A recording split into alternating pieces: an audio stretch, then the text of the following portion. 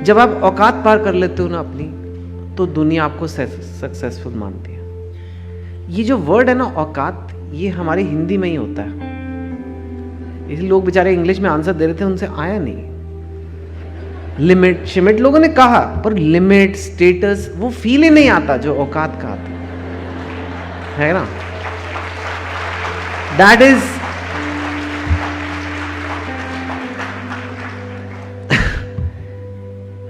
हर Indian को अपनी औकात का एहसास दिलाया जाता है।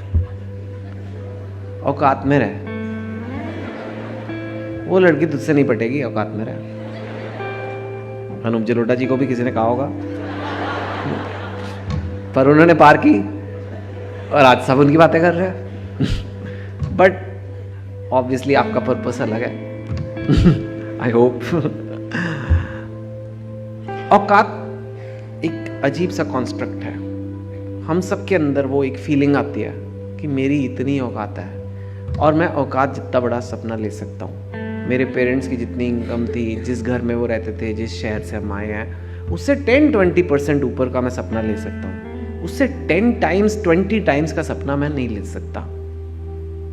ये हमारे मन में फीलिंग डाली जाती है बहुत जल्दी से।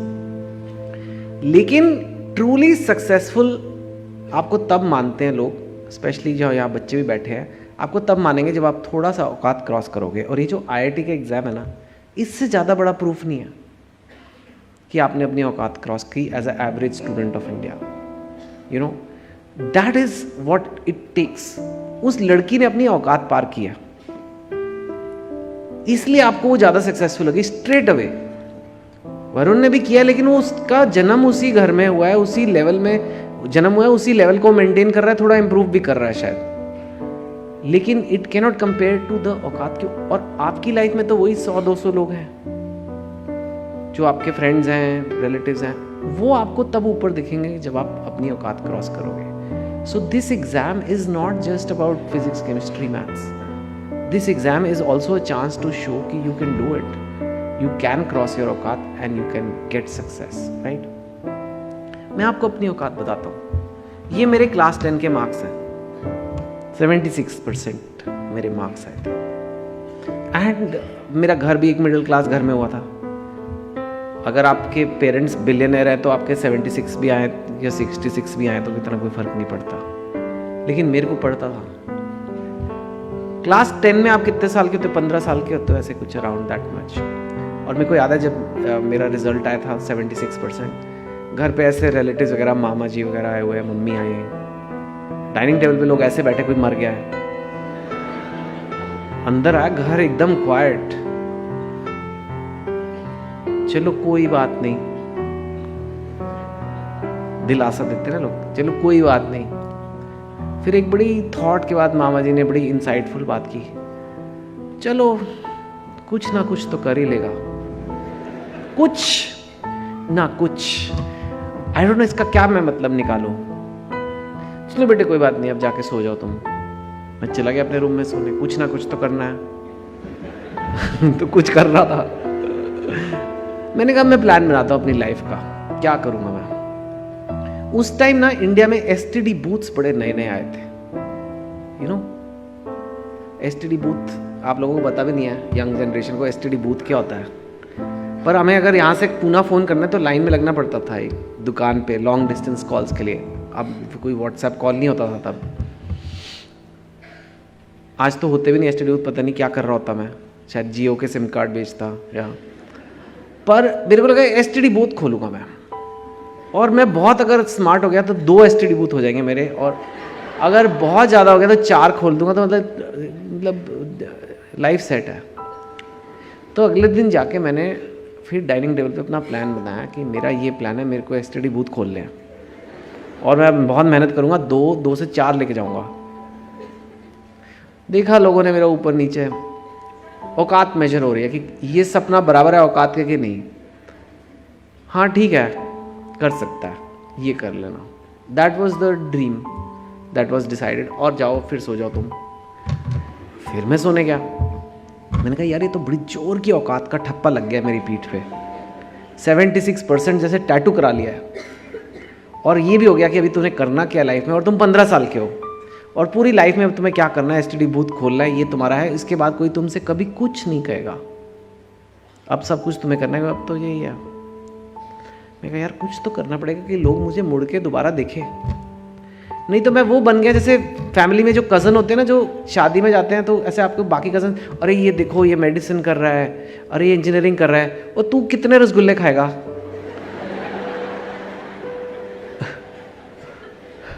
मेरी वो औकात बन रही थी वहाँ। अरे ये चेंज करना है यार, ऐसे तो नहीं चलेगा। तो मैंने कहा यार क्या करूं जो ये लोग मुझे एक बार फिर से मुड़ के देखें कि हाँ नहीं यार ये 76% के आगे भी लड़का कुछ कर सकता है। तो खुद से, and that is a big difference, one of the lessons today. जो भी होगा ना, पेरेंट्स आए हैं आज, ये जिसका भी इस एग्जाम में होगा वो खुद से करेगा। मम्मी चाहे जितनी डांटे लगा ले कि जाओ बेटे पढ़ो, वो जब तक अंदर से नहीं आएगा नहीं होगा। क्योंकि मेरे अंदर भी खुद से आया कि बॉस मेरी ज़िंदगी मेरे हाथ से निकले जा रही है, कोई नहीं परवाह करेगा। तो मैंने कहा सबसे मुश्किल कॉलेज कौन सा है इंडिया में जहाँ एडमिशन पाना। तो उस टाइम पे इतना कोई इंटरनेट वगैरह भी नहीं था, पर मेरे को IIT सबसे मुश्किल होता है। IIT में तुम करके दिखा दो तो लोग बोलेंगे कि तुमने। तो फिर उसके बाद मैंने IIT की मेहनत स्टार्ट की। मैंने आपको पहले ही कहा मैं कोई जीनियस नहीं हूँ, तो मुझे बहुत मेथोडोलॉजी से पढ़ाई करनी पड़ी थी। अगर आप बहुत गिफ्टेड हो शायद आपके मन में सारा JEE डाउनलोड हो जाए एक ही सेकंड में, पर मैं तो नहीं था वो, और मोस्ट लोग नहीं होते वैसे। तो मेरे को प्लानिंग से पढ़ाई करनी पड़ी, प्लानिंग से तैयारी करनी पड़ी, और वो कैसे करना है वो भी मैं आपको बताऊंगा। राइट, आज तो मेरा काम अलग है, ये मेरा करियर है। वेरी क्विकली बुक्स करता हूँ, फिल्म्स करता हूँ, कॉलम्स लिखता हूँ मैं अखबार में, टेलीविज़न पे कभी आपने देखा होगा, सोशल मीडिया में कुछ करता रहता हूँ। लॉट ऑफ डिफरेंट फील्ड्स में मैंने काम किया। कई लोग मुझे बोलते हैं आपने कैसे किया इतनी अलग अलग फील्ड में, प्लस आप तो इंजीनियरिंग करते थे, कैसे अलग अलग फील्ड में आपने थोड़ा सक्सेस वहाँ पे मिला आपको। मेरे लिए सेम ही है मेथोडोलॉजी। ऑफ कोर्स काम अलग है, पिक्चर बनाना और JEE में होना एकदम अलग अलग चीज़ें हैं, लेकिन मेंटल प्रेपरेशन सेम है, मेंटल थिंकिंग सेम है। किसी भी चैलेंज को जाके किसी भी चीज़ को ओवरकम करना, और वो मैंने कुछ कॉन्सेप्ट समझने की कोशिश की है जो मैं आज आपको समझा दूंगा। जो आपके actual physics, chemistry, maths, biology है, उसके लिए यहाँ एक्सपर्ट्स बैठे हैं मेरे बाद, और ज़्यादा वो आपको ज़्यादा बेटर समझाएंगे। लेकिन माइंड को कैसे रेडी करना है इस तैयारी के लिए, वो मैं आपको समझाऊंगा, जो शायद स्कूल में नहीं बताया जाता।